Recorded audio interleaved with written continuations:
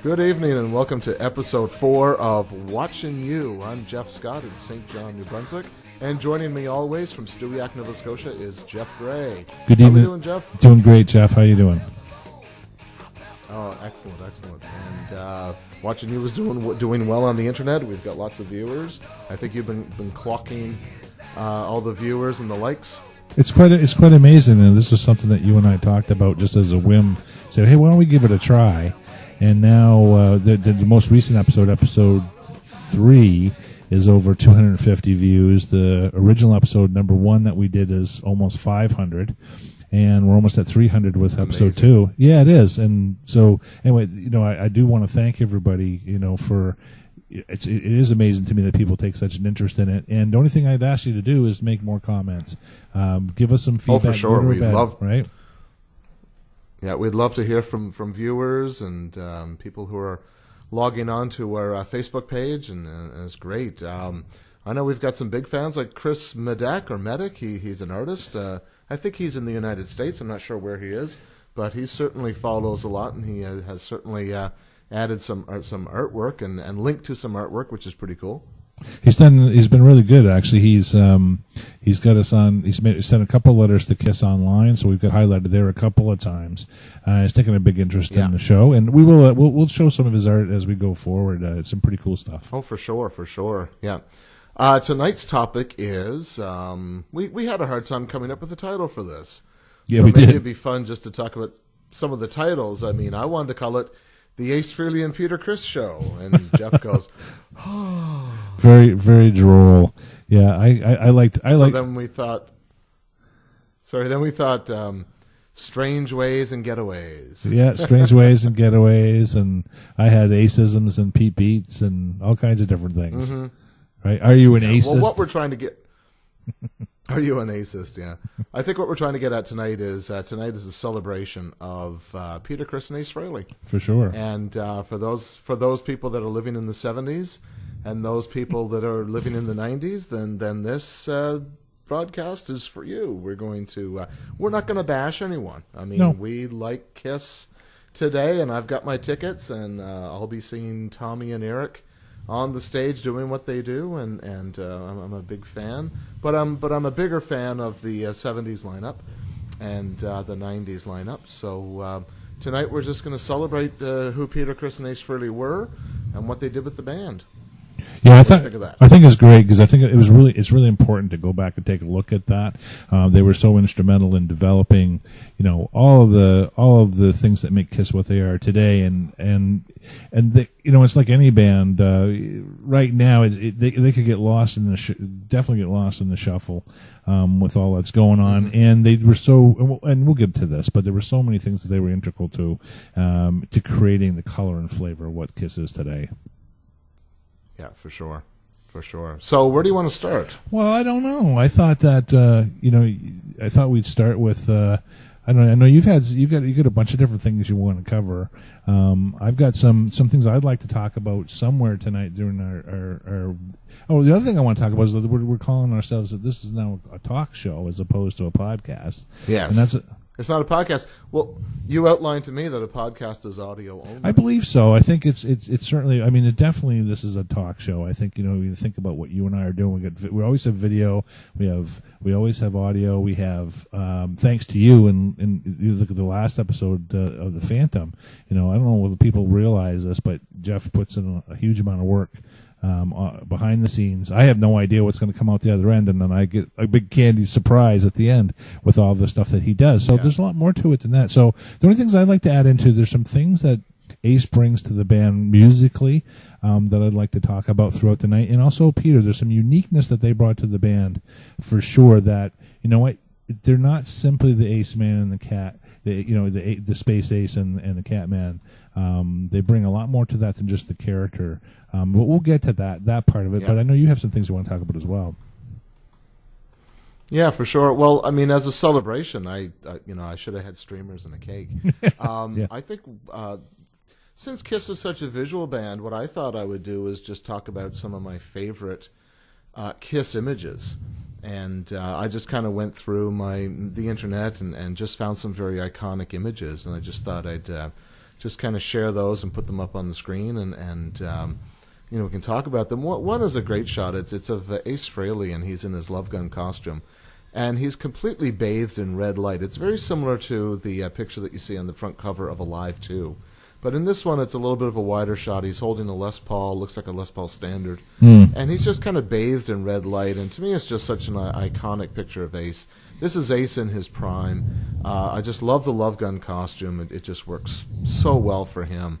And of course, the spotlights are reflecting off his hair, reflecting off the pickups, and we get sort of a star effect. And I just think that's so cool. Ace, there's another one that I was going to say, like, while you're talking about that, I mean, there are so many cool pictures of Ace out there. I mean, he photographs so well. There's no question about it. Yeah. Oh yeah. The I really like the session. I'm not exactly sure who the photographer is. I'm gonna guess Barry Levine. But there's ones where they're sort of standing on like acrylic cubes, just to give them some height. Not that they need height with those boots on. But Ace's costume really looks like it's made out of mylar. It's incredibly reflective. It's much more metallic. It almost looks like it's made out of a plastic mylar. We don't see that costume very often. In fact, a lot of costumes we see on stage, it looks more like a silver fabric. It's not as reflective. It doesn't look plastic. It looks more like a fabric. But I'm not sure if you're familiar with those two different versions of the Love Gun costume. But I really like that reflective one. Maybe it was made out of mylar and it was just too warm to wear on stage, and they dumped it and went with a silver fabric instead. It's funny you mentioned Love Gun, because that's certainly the album where really Ace started to come into his own in terms of, because it's the first album that he sang on. He had the iconic lead solo in "Shock Me," so it was a very important. It was now, mind you, that was probably just before the end of the original 4, but they had a few more albums after that together. But that really was his pinnacle in the band, and so I'm kind of curious why it's kind of cool that you picked that, right? Yeah, that's something I often wondered about. I mean, I kind of got into Kiss right around that time, 77, 78.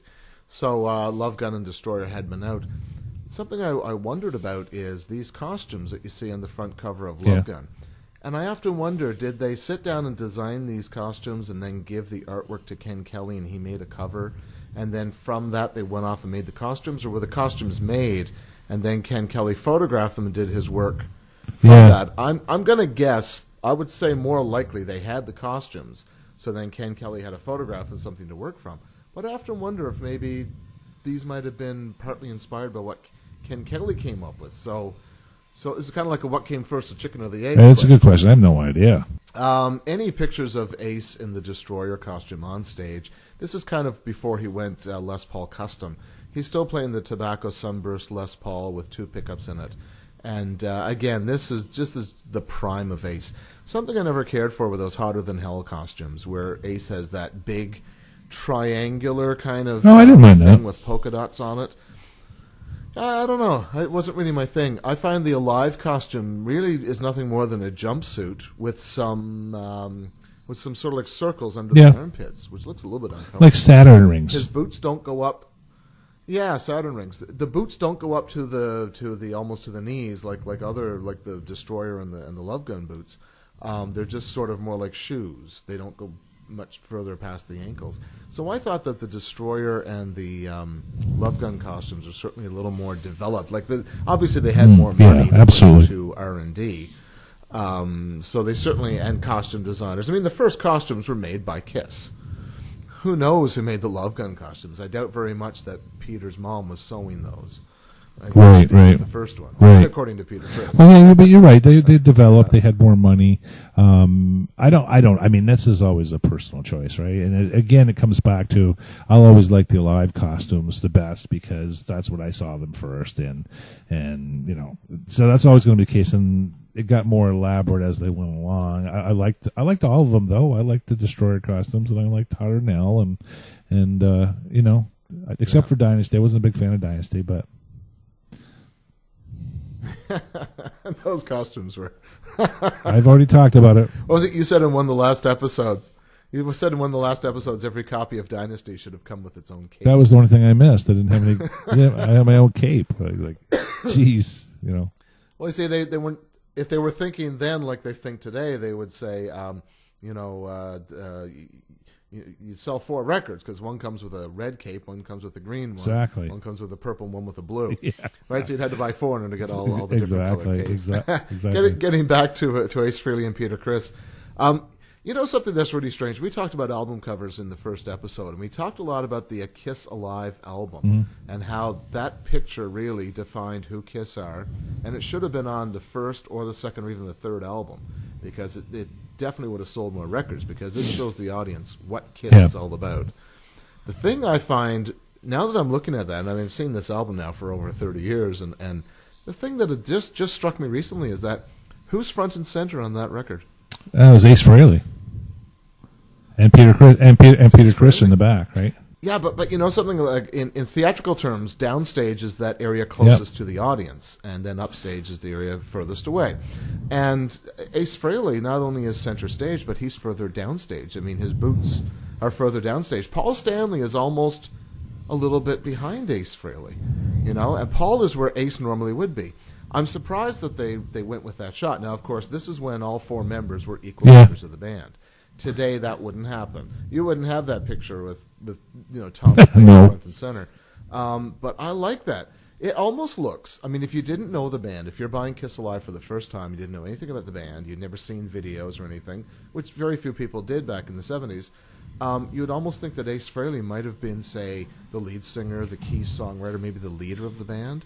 Although Gene certainly has a strong presence there. But the fact that Ace is center and further down stage and the way he's holding his guitar, it almost it upstages Paul Stanley is what it does. Paul looks very kind of almost meek and unassuming compared to this very strong stance that Ace Frehley has taken. And I think that makes it it's funny, Kiss is very adamant about, they always, you think about the role of the lead guitar player, they always, when I saw them in 77, they did the same thing. You see them in all the footage. And Tommy Thayer does it now too, is every single time there's a lead that's going to be played by the lead guitarist, they always come to center stage, and that's the way they do things. And that's what they were, I think all they simply were doing in that situation was portraying a live situation where Ace is out front, Gene and Paul in the back. It could almost have been, like the beginning, the lead break and deuce before they kick in together. And, before Ace falls back into line and they do their famous little dance, right? But what's really interesting, that I always thought was really cool was the way Ace is playing that guitar on that cover. He's playing in a position that you'd never would play it that way. Look at the way he's good. No, he's turned the body of the guitar away from him. So whether he can still sustain a note like that, but that shot actually is not during a live concert. That's a staged photograph. I believe it was in Detroit, and I believe that they were set up at Cobo Hall, and then they went to another place and set up alternate equipment and some smoke bombs and whatever, and they did a photo shoot. But that shoot is not live in concert. That's actually a staged well, while you're talking about that, if you think about that album while we're on that, because you and I talked about, what were the things that, what were my sort of, what are the Aceisms from a musical standpoint, and from a live, that was, that's, to me, that was the best guitar work that he's, if to this day, has ever done. I don't, whether it was live or whether it was partially recorded, I don't really care. It doesn't make any difference to me, but the tone and the way he played and the technique that came across in that album and the signature leads that he wrote, that was, I don't know how to say it any better than that was the quintessential Kiss sound with him showing exactly what his creative best was, right? Yeah, no, I agree with that. And even though a lot of it probably isn't live, of course, everybody knows the stories about Kiss Alive album and it not being completely 100% live. Well, so what? Some people would cite some of Eddie Van Halen's best work from a certain album, might be a studio album. That's fine. If that's Ace Frehley's best work and it's studio work, doesn't matter. It's still some of his best work, his best tone. And I'd agree with that wholeheartedly. If you wanted the best piece of Ace Frehley other than his solo album. Well, if you think about, and here's the thing, is that when I think of Kiss Alive, and actually all the early Kiss, today's show is a celebration of Ace and Peter and what they bring to the band. We'll do it. I'm sure we'll talk about Paul and we'll talk about Gene at some point for sure. We just need to be a little protective of Ace and Peter at this stage. But if you think about, when I think about, could Ace, there's lots of conversation. You see it on the Facebook pages all the time, Jeff, about, who's the best guitarist, who's the best Kiss guitarist. And you get into all these conversations about technique and how smooth someone is and blah, blah, blah. Where I go with this is that I've never said that Ace Frehley was the best technical guitarist in the world or even close.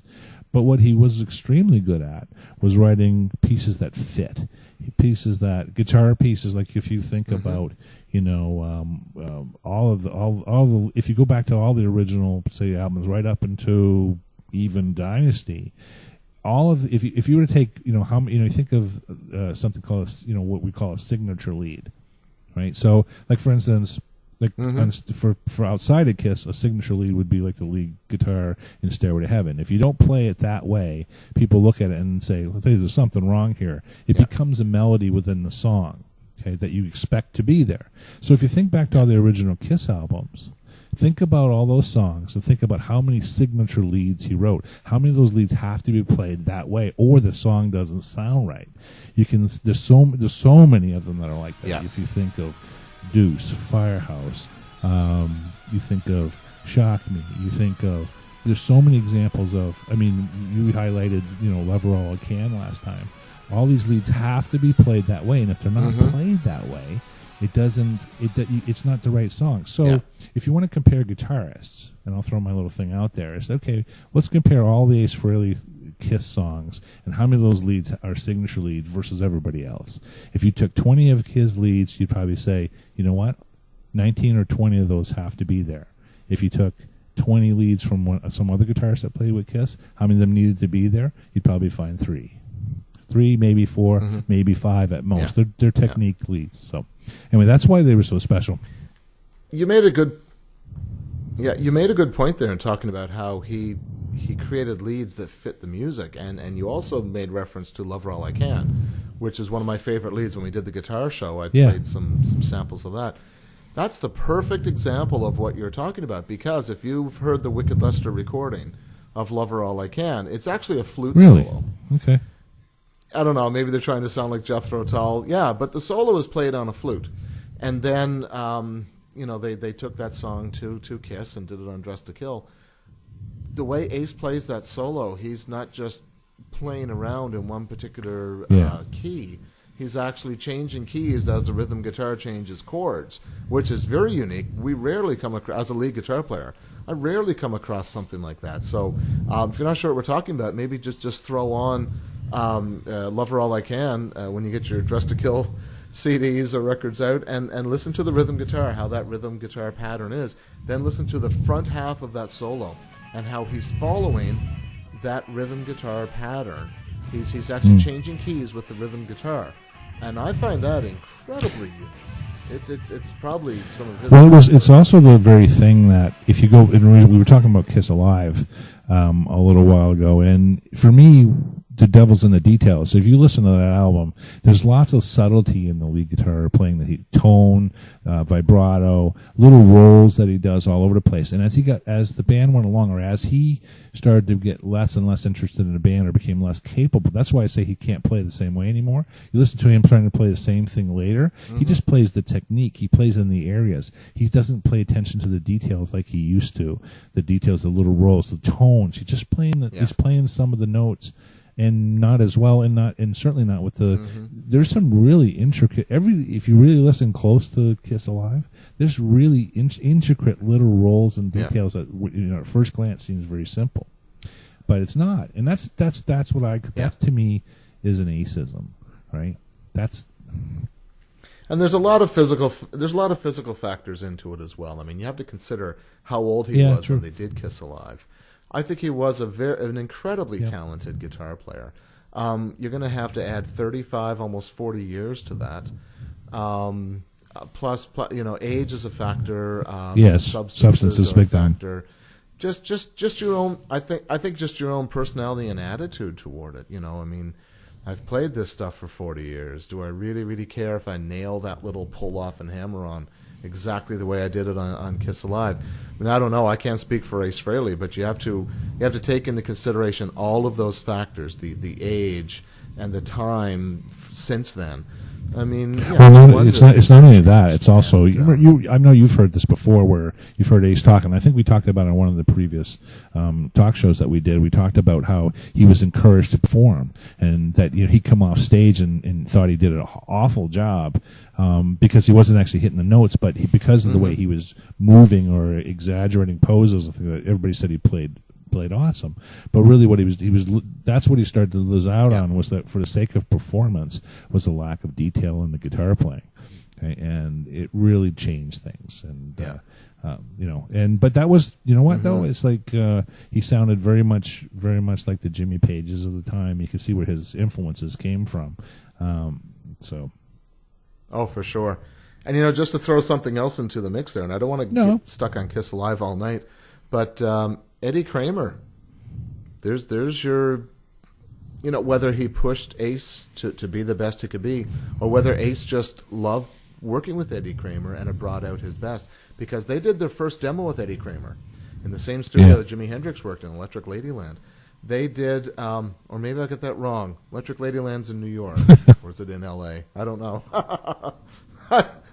Okay, before I start spewing off facts, I don't know. They worked with Eddie Kramer in New York and did the first Kiss demo.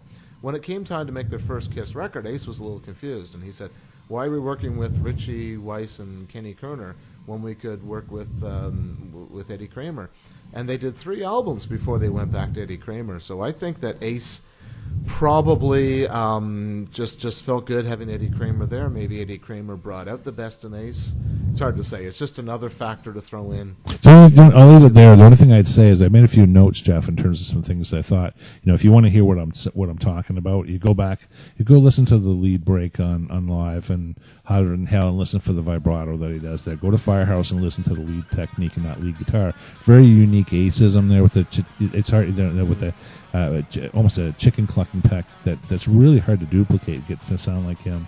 Parasite, the open of it.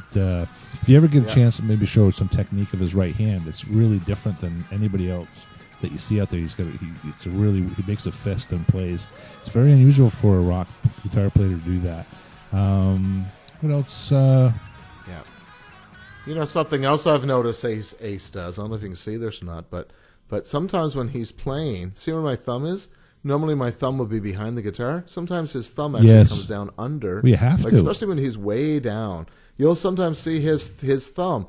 I don't know why. Normally you'd use that thumb in the back for some leverage or to anchor or clamp your hand like a clamp. But his thumb would be under the guitar, and I used to find that really kind of strange. So I'd try that, and I found it didn't really improve my playing in those positions any. It was down. When you get up to the very high, up, but not to get too technical, but once you get up into that B pentatonic at the very top of the neck there, you really have to pay. One thing you have to pay attention and to the detail, because you'll miss it for sure. And he missed it a lot after he recorded it. But you really have to get your hand around the neck there. So he had some technique like that. The other thing that happened too is. Yeah, because in that position, exactly. Your neck is now joined into the body, so you're not just going behind the neck; you're actually going behind the body. Yeah, and that impacts your performance. Yeah. So, but those are all the technical components to Aceisms that I saw. Right. Just getting back to some photos. There's one photo I want to pop in here. It's an incredibly bizarre photo. Ace, I think, was the most feminine looking of the band. He probably wouldn't appreciate hearing that, but this was a time when I think the band wanted to look a little bit androgynous, and they were certainly taking their cues in the early days from the New York Dolls, who were very androgynous. They were almost wearing dresses on stage. And I think that's why Gene, there's that inside joke that Gene said to Peter, would you do anything? Would you wear a dress? Would you wear a dress on stage? They really, if you look at the very early makeup when they were experimenting, it was basically a lot of white face with lipstick and eyeshadow. They were going for the androgynous look. To me, Ace is probably the most feminine looking, and I'm inserting a photo here where it could be any girl. To me, he looks like Jacqueline Smith.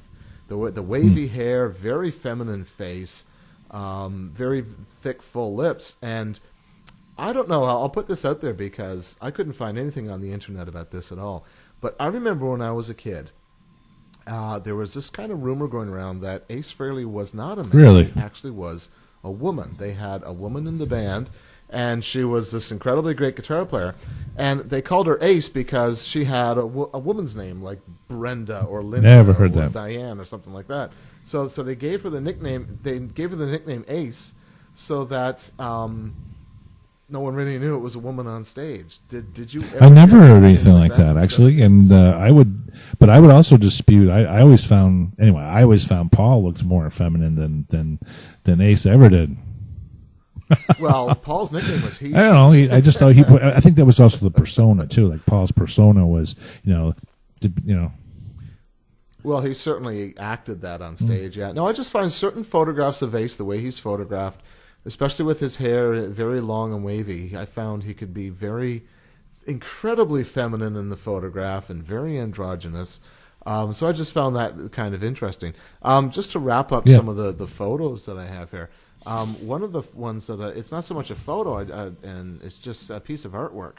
And this is done by an artist who I found on Facebook, and her name is Michelle Fusco, and I believe that's how you pronounce it.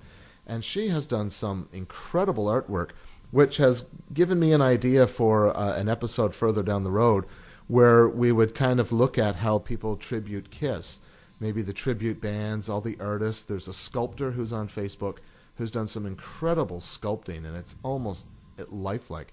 But Michelle, and I'll contact Michelle a little bit later on and see if she'd be interested in that'd be cool, really cool, having us put her artwork on there. But just an incredible image of Ace, and again, the costume looks more like the Mylar than it does a fabric because it's the Love Gun costume, and the garment is incredibly highly reflective.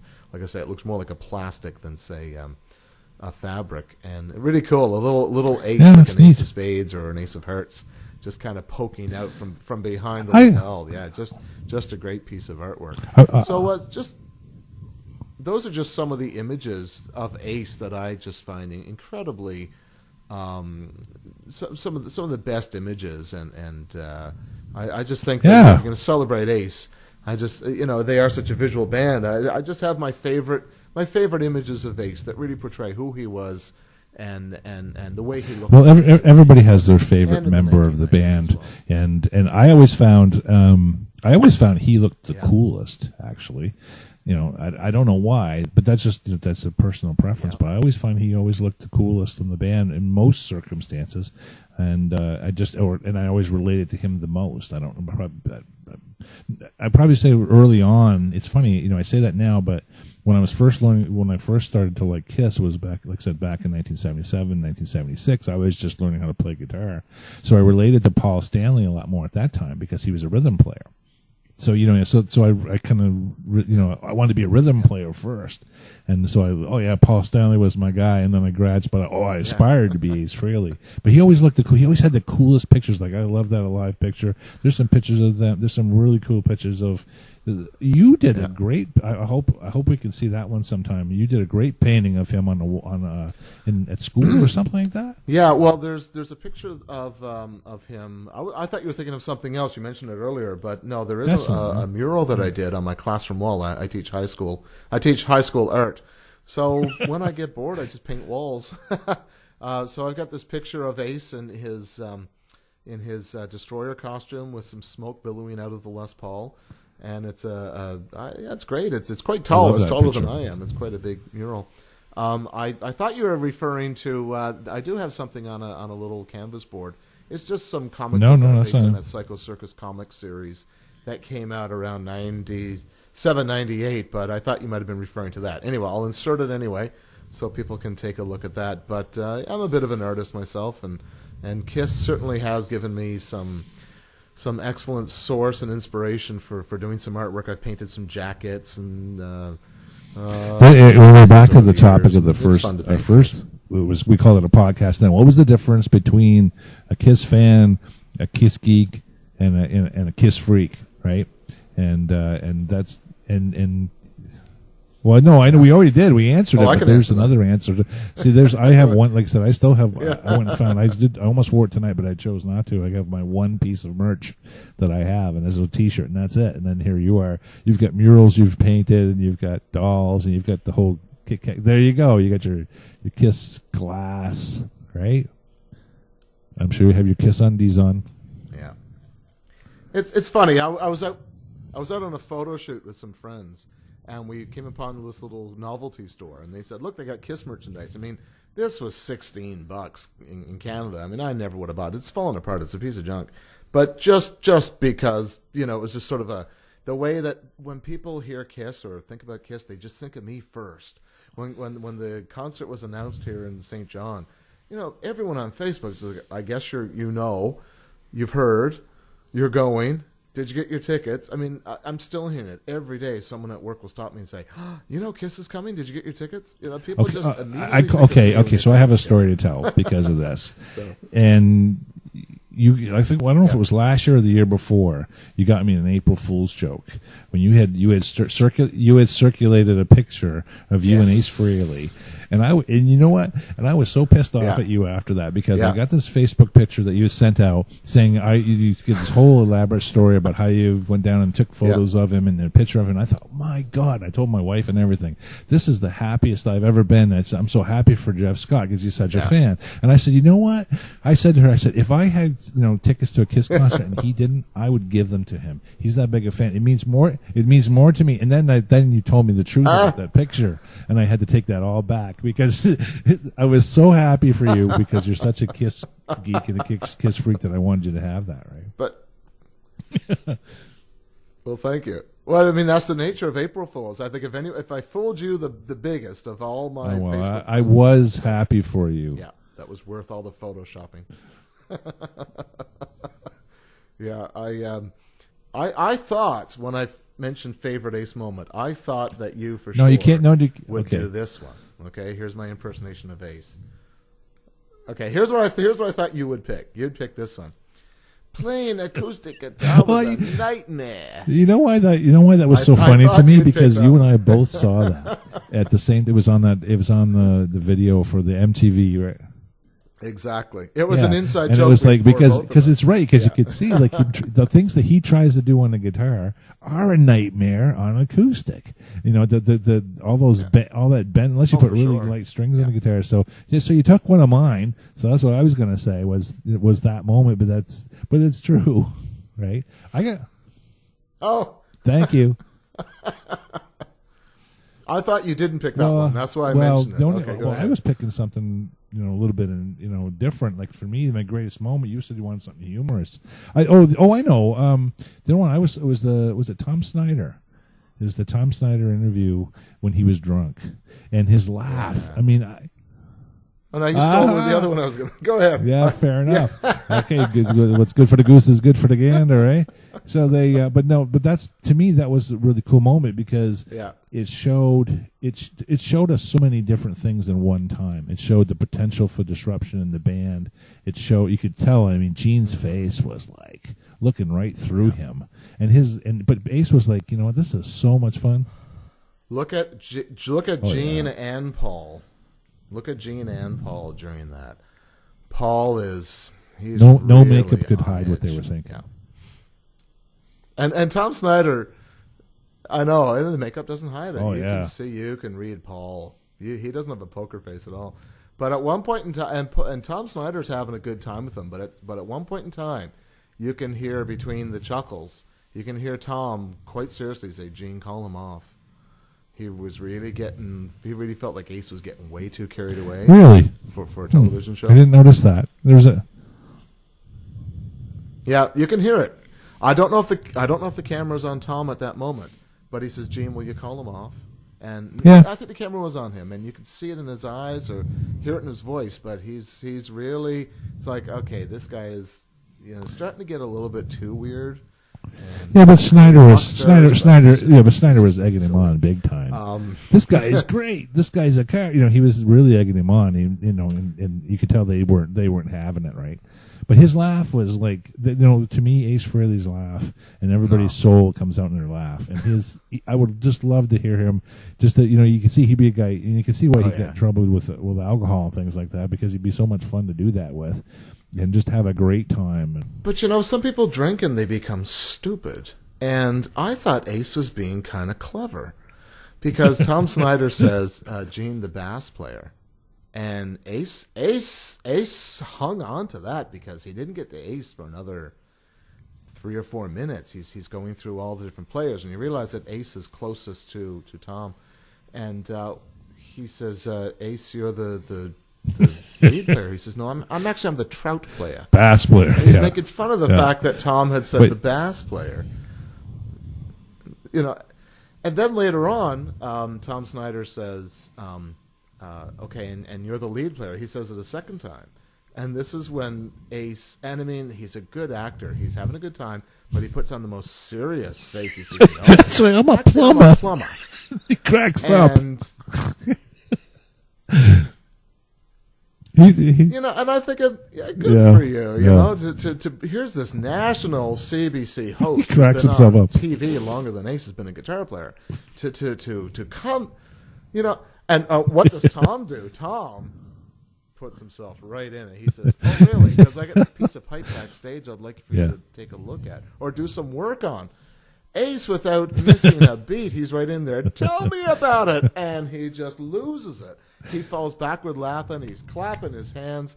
He is just having an absolute blast. Now, again, getting back to this, some people when they're drunk, they're stupid. I thought Ace was really clever. He was having a blast. He was certainly dominating the show. But more importantly, what that show says to me is that Ace Frehley had an amazing personality that we weren't getting in a lot of other things, because Gene and Paul certainly dominated.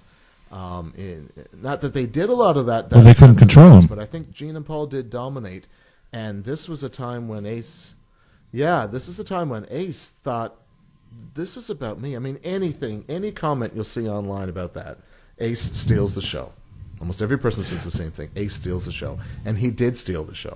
Well, the problem with it for Ace, for Gene and Paul, was that he wasn't towing the company line at that stage. Everything, that they were so interested, and that's what's kind of boring about them sometimes, is that every single thing that comes out of their mouth is preconceived, and it's part of the shtick. It's part of, and you could tell at that stage in the band, that's when, this festered a little bit longer, was that at that stage, Ace was, and Peter too as well, were having a hard time coming to grips with the fact, we just want to be guys in a rock and roll band, and not everything we say is core. It's like when I have to talk on behalf of where I work, you got to talk like a banker. Right, it's what you do, and that's what came out there, and you could see in that interview that things were going to go sideways, or they were already going sideways. Right? There's a really interesting moment in that. Paul talks about something, talking about the early days, how they got together. History. And then he says, and the rest is just history. Now, history is a term that's been used and thrown around. There's a book called History. It's a term that's been thrown around so much over the last 30, 35 years. But I think that's one of the first times they, kind of made a neat little, pun like that. And Ace's reaction is like, history, Kissmas, everything is Kiss. And you can see Ace kind of thinking like, that's really ridiculous. I mean, he rolls with it, but he's really pointing out how ridiculous that kind of thing is. But Paul he's taking it seriously. So there is a difference. Was there any other moments that you had there? Because I stole your moment there, right? Yeah. But that's okay, because I elaborated far too much on it. So, no, I mean, there are some great Ace moments. Yeah. And he talks about the acoustic guitar as a nightmare and his appearance in Tom Snyder. I also think, all his little things on... Hey, Curly, he says that now. Kiss Meets the Phantom. Yeah. I don't know.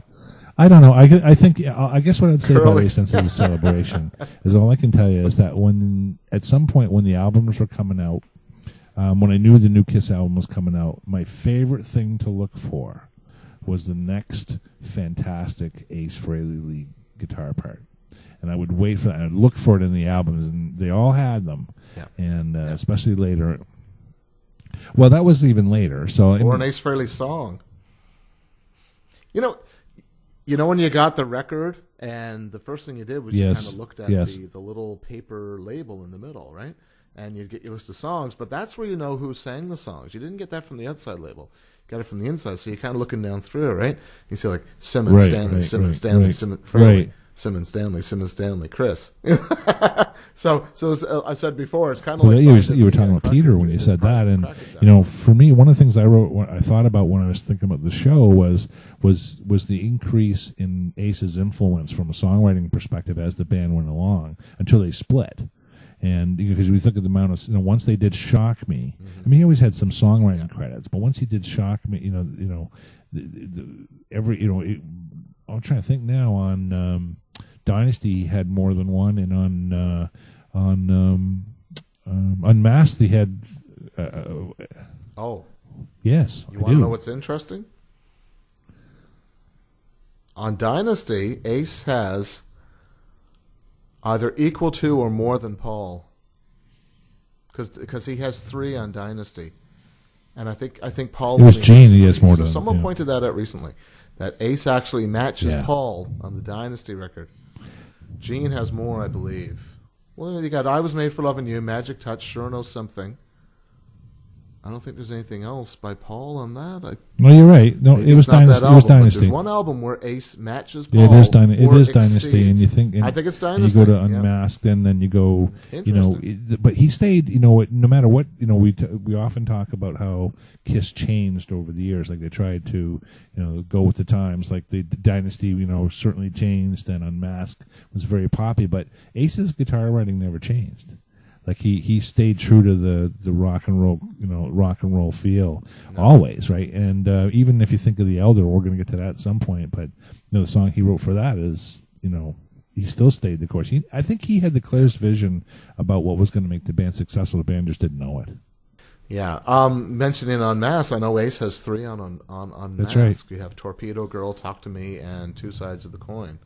So there's 3 on Unmasked. It could be that album. Getting back to what you're saying, how Ace stays true. I think at that point in time, Ace is not working with Paul and Gene. So when he had a Dark Night, I agree. I don't see him working with Paul and Gene at all. I see him maybe working with Eric Carr, and just sitting back and coming up with this stuff. He probably had no idea the album was called The Elder. He probably had no idea the concept or any of the other songs. They recorded it in his studio when he wasn't there much of the time. But I see Dark Night as not fitting that album at all. And I like the album. We're going to do a show on The Elder. Yeah, I agree. Coming up another time, because there's lots to talk about in the album. Yeah, we better move over to him. We better get to Peter. We haven't spent much time on Peter Criss, and I think we should... I wanted to... I've been kind of talking about from a photography point of view. I think an image that, to me, really defines Kiss in that 1970... 1978 era, and I saw this so many times. Almost anytime you pick up a magazine, turn on TV, and they're talking about Kiss, it's that photograph of Peter Criss with a glass ball in his hands, and there's a light inside the ball, so the ball is glowing. I absolutely love that picture, and I do know that is Barry Levine, because he's using the sparkle background, and it's, to me, it's just a great photograph of Peter. What does the crystal ball mean? I don't know. There's a suggestion that it doesn't matter. Exactly, it doesn't matter. It's just a great prop. It's well lit. I like the expression on Peter's face. To me, and I'll just throw this out there, but I talked about when we did the Phantom episode how they used to the local radio station took a clip of Beth from the Paul Lynde show, and used to show that quite a lot on TV. We didn't see the other guys a whole lot. So in Newfoundland, we became very, very connected with Peter Criss and the song Beth. What I did notice after I became a big Kiss fan is that Peter was still getting an awful lot of attention in magazines and on TV and the little bits that I was getting. To me, I thought that Peter was one of the most, if not the most iconic member of Kiss. for me, he was. That's why my first Halloween going out as a kid, I was Peter Criss. I was a drummer. I wasn't a guitar player yet. I was a drummer. And Peter Criss was my favorite. We talked about how we have favorites. And Peter was my But you know what? favorite. I remember thought this he was the most distinctly iconic at the member time. of the band. Was that when he first did Beth, and that was the first time all the Kiss naysayers really understood that. Hey, wait a minute, there's another vocalist here, and they really pointed to that song as being very un-Kiss-like. But they used that to say, you know what? Here's a singer. He's a much better singer than Gene Simmons or Paul Stanley is, and look how great he is. But they use that in a negative sense to say, like, you know what? Here's the real talent in the band. The other guys are hacks. And but what they're really saying too was that the song Beth, the song Hard Like Woman, which was so different from the other Kiss songs that they did, so they didn't really like Kiss at all. They were highlighting the things that were very different from Kiss in order to knock Kiss down at that time. And I remember that. And to me, to call Beth a Kiss song, I just don't agree with it. It's not a Kiss song. It's a Peter Criss song. Because it's him and Stan Penridge, and some influence by Bob Ezrin, certainly some orchestration by Bob Ezrin, or all the orchestration. But it's Kiss had nothing to do with that song at all, whatsoever. Period. It's not a Kiss song. It's a Peter Criss song. And kudos to him. And this is how I'm celebrating Peter Criss tonight. You want to talk about favorite Peter moment? That's it. Peter Criss, the Paul Lynde special, performing Beth, because it's him. It's not the strength of Paul or Gene or Ace or Kiss. It's him on national television, him alone performing that song from the heart, and the song that made them, really put them on the map, I think, in terms of much more public awareness of the band. The only song that gave them a #1 hit, a People's Choice Award. It's not that. That's It's not my favorite Peter moment. No, good. To me, that's golden. The only thing I think compares to it is when he did it on Phantom. He did the same thing on Phantom, but he's with the band. So for me, it's the Paul Lynde special. It's him alone. I think that's a great one because it's not that different than mine, really, because he's a very. It's obvious to me he's a very insecure individual, and that was really like a coming out for him.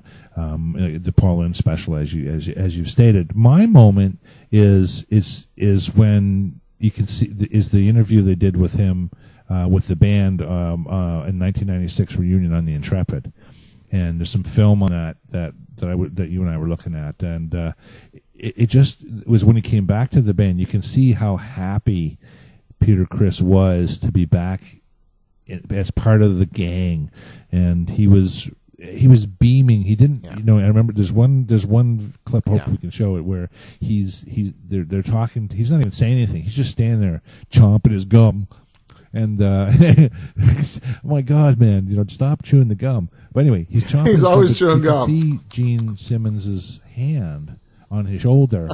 Sort of. It's almost like a. I hate to say it this way, but it's almost like it's well, no, I'm not going to say it. It's it's like it's one because it's not bad. It's not. No, it's not. It's not a. No, it's not a bad thing. It's like you open the can, eat the sardines. It's just a little sexist, so I didn't really want to say it. It's like when you see a one person comforting another person. Let's put it that way, and we'll leave it that way. And I just thought it was a very caring moment, and but that wasn't the point. The point was that Peter Criss was just like, this is the greatest thing. Yeah, it's probably better than the first time for him at that stage, right? Yes, and he said he had dreams of that happening again. I mean, come on, you're in one of the biggest, the most iconic, and biggest rock bands in the world. And his ego got in the way of that. He left the band really thinking that he was better than them because of the power of Beth. Beth ruined Kiss for him. It really did. He just didn't know how to handle that kind of success. He never had a success. Not even close. With anything. Anywhere near Beth. And I'm sure some diehards bought out of control. He had a huge.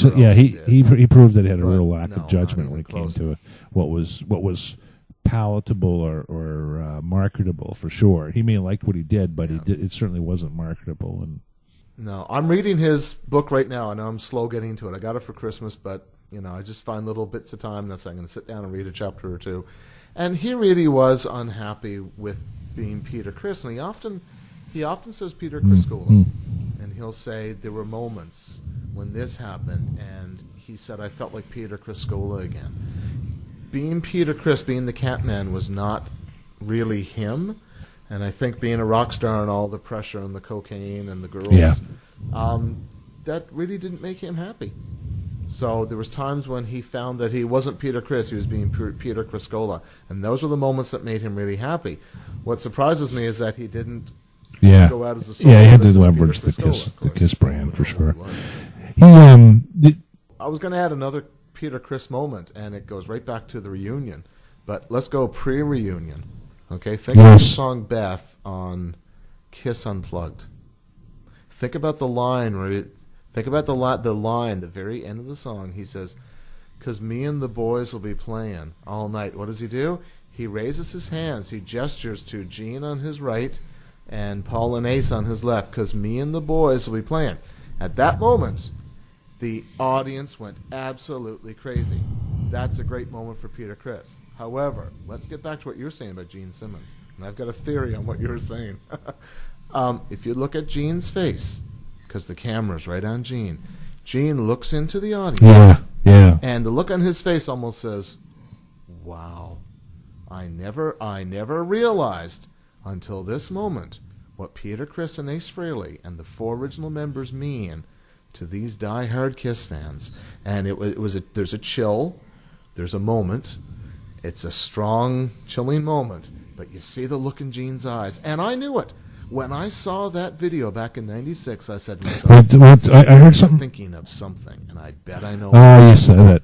You had to say it. The rest. You know what? I heard, though, I don't know who was talking about it recently. Somebody else was talking about it recently, and that there was parts of that video were cut out where when they brought back Bruce and Eric, that they actually got booed. They got booed. Yes, well, you can see that on certain edits now. They claim the diehards and the fans say I don't think so. Booing, they were saying Bruce, Bruce, Bruce, Bruce. So it's and the thing about Peter is that now you see a lot of people after the fact making fun. What really burns me, that people are making fun of his drum playing. The tappa tappa tappa, and thinking, and you know what? Again, it comes back to the same thing. Is if you think of was Peter Criss technically the greatest drummer in the world? No. Is Eric Singer technically a better drummer than Peter Criss is? Technically, yeah. So was Eric Carr. However, the same thing that Ace Frehley did for the band, Peter Criss did for the band. Go back and listen to that old material that they wrote. Listen to that's why I said the Pete beats. Mm-hmm. They're unique signature drum beats that have to go with those songs, and if they're not there, they don't sound right.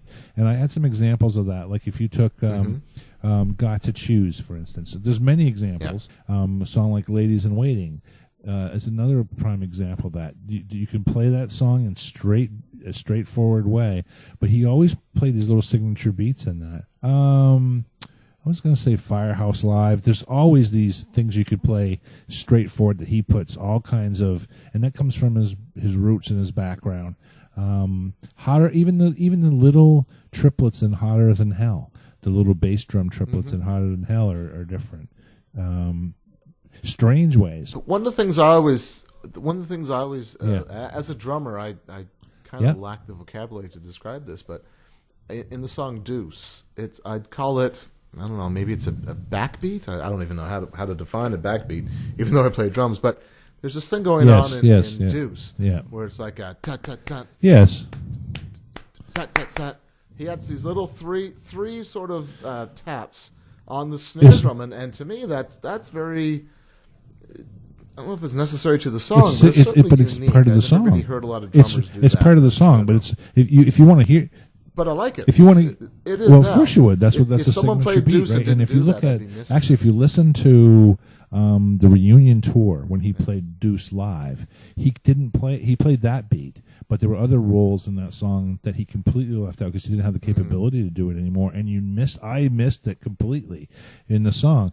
Oh yeah, and that and big throughout, winding roll at the end of even Deuce. Baby, if you're feeling good parts. There's all these rolls that went on in there that he just kept time. Think of a song like, I mean, I love Peter Criss's drumming, and I'm not a drummer, but think of a song like "Shock Me." Oh my God, talk about a signature drum beat. If you played that drum beat just straightforward, it would not be the same song. You can, the timing is there. You can just play it, however you want, but. It's very, and I don't even know if it's the same all the way through. I think it might even be improvised all the way through, right? But I should know this because I recently did a demo of Shock Me, and I had to play the drums on it, and I realized I had to learn the drums. I couldn't just play it. I think the beat does change. Now that I think of it, it's probably been a year since I changed throughout it. Take some similar examples. I was going to say I'm reading Peter Criss's book, and he's talking about. He's talking about Destroyer. Recording Destroyer for him was the hardest thing he did in his whole career, in terms of a drummer. He'd go in and he would start drumming, and Bob Ezrin would come in. He'd say, "What the frig are you doing?" He probably didn't say frig, but this is a family show. Anyway, he said, "What are you doing?" He said, "I'm playing my drums." And Ezrin actually took the sticks, and he said, "Do it this way." And he had to relearn beats the way that Ezrin wanted it. Now, he thought Ezrin was an asshole. He thought that Ezrin was just he said Ezrin was on coke every single session. He brought more coke than he'd ever seen any rock star use. That's something I didn't know. I mean, you're producing an album and you're high on coke all the time. But Ezrin basically forced Peter to do the most bizarre things and to relearn. He said it was like relearning to play the drums all over again. But he said he's happy for Ezrin having done that because he thinks it's his best work. So having read that chapter, I want to go back and re-listen to Destroyer again and really, really hone in on the drumming and say, what's different about that? As a drummer, I want to hear what's unique and what's different. What's Peter doing here that a drummer wouldn't have normally done? Because I think I talked to Blair about this. And Ezra made him rethink the drummer for East Coast Kiss Tribute, and he would say one thing you want to listen for that's really unique on Destroyer: there are no fills. There are none. There are no fills. Sorry, I lost your audio. There are no drum rolls. There's no what? No drum rolls, no fills on that album. No fills. There's none. The song. So it's again. It's if you go back and listen, go listen for them. There's no real fills on that album, no rolls, right? So probably because Ezrin. I would think Ezrin almost charted that whole thing out on paper and said, "Here's what you're playing." I think that's the tight rein of Ezrin controlling that. That's interesting. I'm going to go back and listen to it just to hear. I guess my point being though, how he treats that. Yeah. And, favorite Peter moments. We did that. So I don't know. I think that I think the key message for me out of this is let's not, for those who are maybe new to the band or who you really have to look at these guys in a different light. You have to look at it. It's not just about whether or not you're in the band today or whether or not you're technically competent. It's that I can play almost every, if I wanted to learn it, I can learn how to play Ace Frehley's leads. But you know what? Anybody can play them, but can you create them? I can't create leads worth of crap. I can't. Right? I can. That's the thing.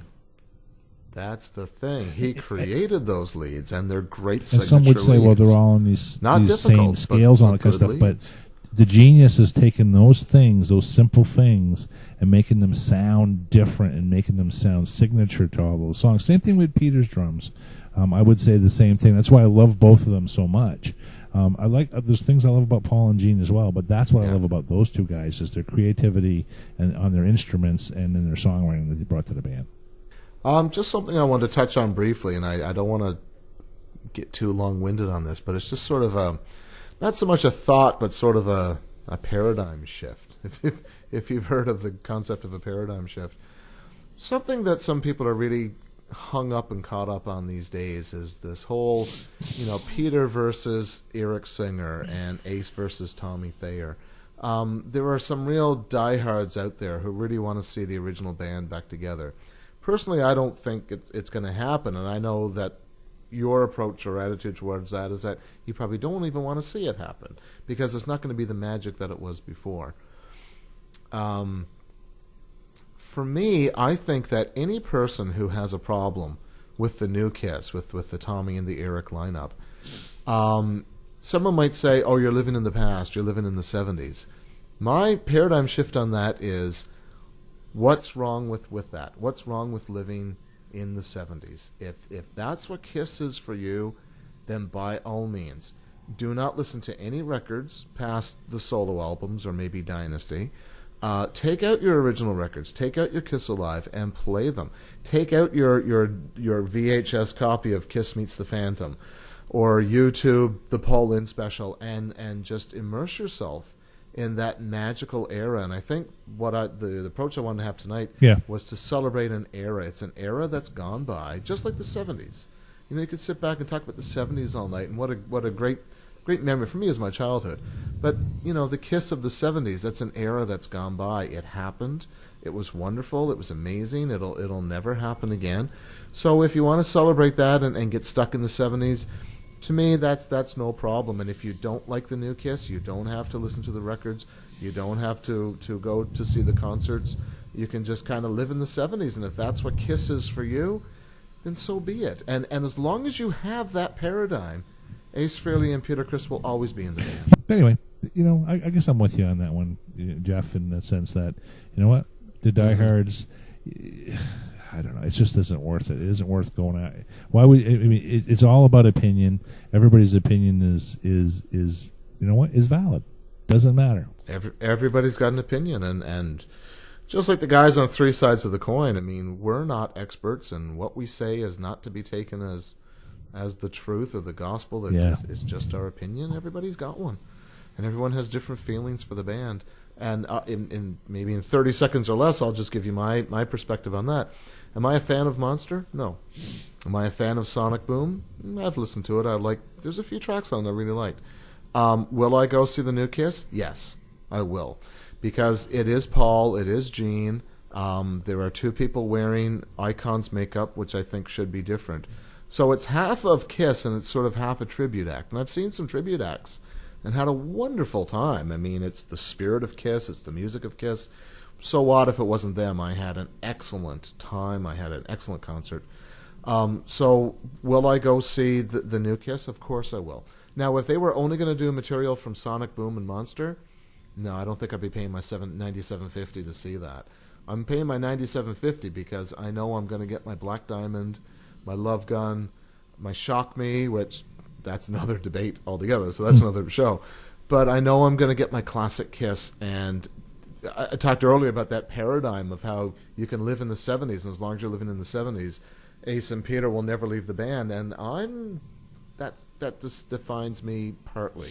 I partly buy into that paradigm. I can't believe, if I go back in my head and I think about, that 17-year-old kid who was up in his dark room, air guitaring to Kiss Alive, and then I'd be sitting here at almost 53 years old, talking about this today on the computer with a guy in St. John, New Brunswick. It speaks to the power of this band and the creativity of this band, and at one time it used to be the fans against the world because everybody thought Kiss was a piece of crap, and now it's more about Kiss fans against Kiss fans, and that's probably what needs to change. Yeah, you talked about the polarity, and I don't know if that's such a healthy thing. And when we mentioned this particular webisode, one of our fans said, will there be bashing? And it's like, no, I'm not that polarized over the band. I'm certainly not going to bash them. I just wanted to add as a footnote, we're talking about Peter Criss and Ace Frehley tonight, and something you've brought up before is this idea of the Catman and the Spaceman. And, if you want to talk about Peter Criss and Ace Frehley, are they people? Are they Peter and Ace, or are they a Catman and a Spaceman? Something we talked about, Kiss Meets the Phantom, in a previous show. I think that's one of the first times that we get an indication of that, because Paul says, "Easy, Catman, they're serious," and then he says, "What do you compute, Space Ace?" And I remember watching that when I was only 12 or 13 years old, and I thought, "Oh, they've got nicknames now." And then later on, or maybe earlier on, Gene is pretty much commanding Paul to use his bionic vision or something. He says, "Star child, child, child." And that's when Paul uses his special star-shaped telepathy to listen in on what someone is saying. No one ever calls him Demon, I don't think, in the movie. But we definitely get Space Ace, Catman, and Starchild in those films. And that really was the turning point when these guys... and for the record, like I said, I think I've said it before, I completely reject that concept. Completely. But that's my personal opinion. Is that, like you said... In the last episode, there was 4 names. They were intentionally, the names that they chose for themselves were very intentional. They were supposed to look and sound and have the feel of the Beatles, no question about it. And they were supposed to be 4 guys. And yes, they wore makeup. But I totally reject the concept today that says that, you know what, they're interchangeable. Yeah. You can take anybody and put them in Ace Frehley makeup. You can take anyone and put them in Peter Criss makeup, and that's okay. Because it's not. Because when I look at, and it's unfortunate because in a way, I can't help it. When I look at Eric Singer especially, his face just is so different than Peter's that it's so obvious that he just isn't Peter. But that's me. Someone new to the band now wouldn't have that same feeling, or someone else might like them for different reasons. But it's just that's what's me. So what are we going to do next? What's our next show going to be? I think we're going to take a look at The Elder. Will we lose half our viewers? Will we lose half our viewers on that? I don't know, but I've got a special warmth for The Elder, and I've got some theories on The Elder. I've got some theories on why people don't like The Elder, and I think for people who don't like The Elder, I don't think they've really listened to it a whole lot. I mean, I could say I don't like Animalize. You just know it. You have theories on a lot of things. Animalize. I just know I don't like it. Well, I think that's yeah, you do. You definitely have theories on lots of things. You have paradigms and theories in the Kiss world, but that's going to be a great topic. I think it's going to be a lot of fun, actually, because that album, no question, is another polarizing issue and opportunity to discuss, both positive and negative potentially. So I'm looking forward to having that discussion next time. Yeah, like I said, so this is a great celebration. We really want to hear them. If you don't like what you see, tell us what you don't like. If you like it, tell us what you like. But maybe share with us if you get a chance. Like, go on YouTube, go on to Facebook. Tell us what your favorite Ace and Peter moments are. What's your celebration of them?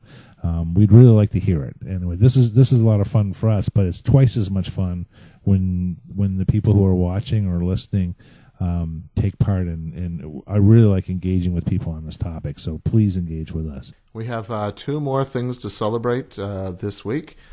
Jeff, well, I had my own Ace Frehley moment. I had a condition called atrial fibrillation in the heart, and I was shocked this week, and I had my shock me moment, and it was successful. So my heartbeat is back to a sinus rhythm, which is fantastic. Shock you. That's one piece of news. I don't know. That's my big piece of news, I guess.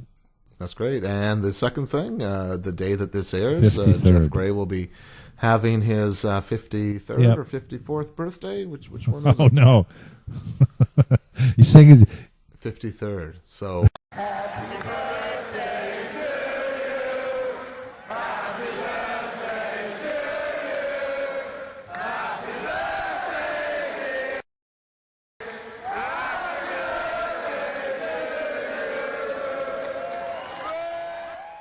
There you go. Happy birthday, Jeff. So this is Jeff Scott in St. John, New Brunswick, and this is Jeff Gray in Stewiacke, Nova Scotia.